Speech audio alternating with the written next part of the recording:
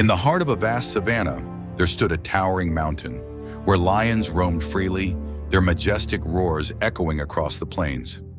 Among them was a young lion cub named Kazi.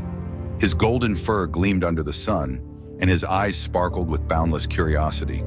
Kazi loved to explore, always finding himself drawn to the mysteries of the world beyond his pride's territory. But today, as his feet wandered near the base of the mountain, a strange pull tugged at his heart. There, hidden in the shadows, was a cave, its dark entrance beckoning him like a promise of adventure. Without a second thought, Kazi trotted toward it. His tiny paws patted eagerly on the soft ground as he entered the cave, his senses alive with the excitement of the unknown. The deeper he went, the colder it became. His eyes gleamed in the dim light, and he pushed forward, barely noticing the narrow ledge that jutted out before him. His foot caught the edge, and suddenly the earth beneath him crumbled away. Kazi's heart skipped a beat as he plummeted into the abyss below. He could feel the air rushing around him, the ground coming up faster than he could process. His stomach twisted and his mind screamed, but the inevitable was upon him. But just as Kazi braced himself for the impact, something swift and strong shot down from the trees above. In a blur of movement, a small monkey, quick as lightning, stretched out his arms and caught the young cub midair. Tico, the nimble and clever monkey, had been watching from above, sensing something was amiss. He saw the cubs fall, and without a second thought, swung down with incredible precision. His arms wrapped tightly around Kazi, pulling him to safety just before they hit the ground. They landed with a soft thud, Tico's grip firm and reassuring as Kazi lay in his arms, still in shock. Kazi's wide, stunned eyes met Tico's, and for a moment, he didn't know whether to feel relief or confusion. "You saved me?" Kazi asked, his voice barely above a whisper, the weight of what just happened sinking in. Tico nodded, his face breaking into a gentle smile. "I couldn't let you fall. You'd be lost without help," he said softly, his voice comforting in its calmness.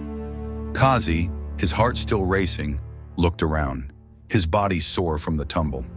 "Thank you," he said, his voice thick with emotion. I thought I was done for." Tico crouched beside him, brushing away the dirt from Kazi's fur. "I'm just glad I was here. You don't have to face the world alone." As the young cub tried to regain his bearings, the sound of heavy paws suddenly reached their ears, massive, thunderous, and full of authority. Kazi's father, the great Lion King, had heard the roar of his son's fall and was charging toward them. The ground shook beneath his feet as he neared, his golden eyes scanning frantically for his cub. But when he saw Tico sitting next to Kazi, his fur bristled in fear and anger. To him, no monkey could be trusted, especially not near his son. "What is this?" the lion roared, his voice thick with fury. "What have you done to my cub?" Kazi, still shaken but quick to protect his savior, pushed himself forward, standing between his father and Tico. His voice was unsteady but full of determination. "No, father, he didn't hurt me. He saved me. The monkey, Tico, he caught me before I could fall. He kept me safe." The Lion King's eyes flicked from Kazi to Tico, his sharp gaze filled with suspicion. His heart ached with the fear of losing his son, and the sight of the monkey made his protective instincts flare. For a moment he hesitated, his anger and worry clouding his judgment. But when he looked into Kazi's eyes, he saw the sincerity and trust there. His son believed the monkey. The Lion King exhaled deeply, his anger slowly draining away, replaced by a quiet regret. "I acted out of fear," he said softly, his voice no longer a growl but a remorseful murmur. He turned to Tico, his expression softening. "I'm sorry. You saved my son." "Thank you," Tico, though still a bit wary of the great lion, gave a respectful bow, his heart swelling with pride. "It was nothing, truly. I'm just glad he's okay." From that day forward, Kazi and Tico grew inseparable. Their bond deepened as they spent more time together.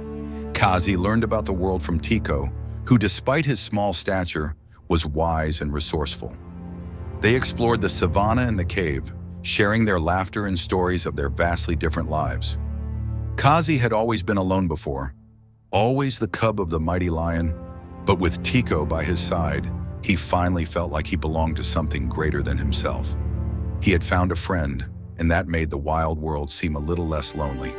Then one evening, a new danger arose. The wolves, who had grown bolder in their hunger, ventured deeper into the savannah in search of prey. They found Tico alone, swinging from the trees, and in a heartbeat they surrounded him, their hungry eyes gleaming in the fading light of dusk. Tico's heart raced as he scrambled to climb higher, but the wolves were swift and determined. They closed in, circling him, their growls filling the air. One of the wolves lunged, grabbing hold of Tico's tail and pulling him to the ground. Tico cried out in pain, struggling to free himself, but the wolves were too strong. Just as the wolves were about to close in on their prey, a roar, powerful and filled with fury, split the air. The earth trembled beneath the force of the sound. Kasi, now stronger and braver, appeared from the trees, his father at his side. Together they charged toward the wolves. The wolves hesitated for a split second, fear flickering in their eyes as they saw the Lion King's majestic form and Kazi's fierce determination. With lightning speed, Kazi's father launched himself into the fray, his mighty claws swiping at the wolves. Kazi, full of courage, joined his father in the battle, the two lions working together to drive the pack away. Tico lay on the ground, bruised but alive, his chest heaving in ragged breaths. When the last of the wolves fled, Kazi and his father approached, both panting heavily but relieved. Tico looked up at Kasi, his voice shaking with gratitude. "You came for me," Tico whispered, his eyes wide with awe. "You really came for me." Kasi smiled softly, his voice full of warmth. "Of course, you're my friend. No one is left behind." The Lion King, his voice deep and rich, spoke to Tico, a newfound respect in his tone. "What you did for my son, what you continue to do, shows that strength comes in many forms. Today you showed me the greatest kind of bravery." Tico felt his heart swell with pride, but it was Kazi's words that filled him with warmth. "We look out for each other. That's what friends do." And so from that day on, the lion cub and the monkey shared an unbreakable bond. They had both saved each other, and in doing so, they had learned what true friendship meant.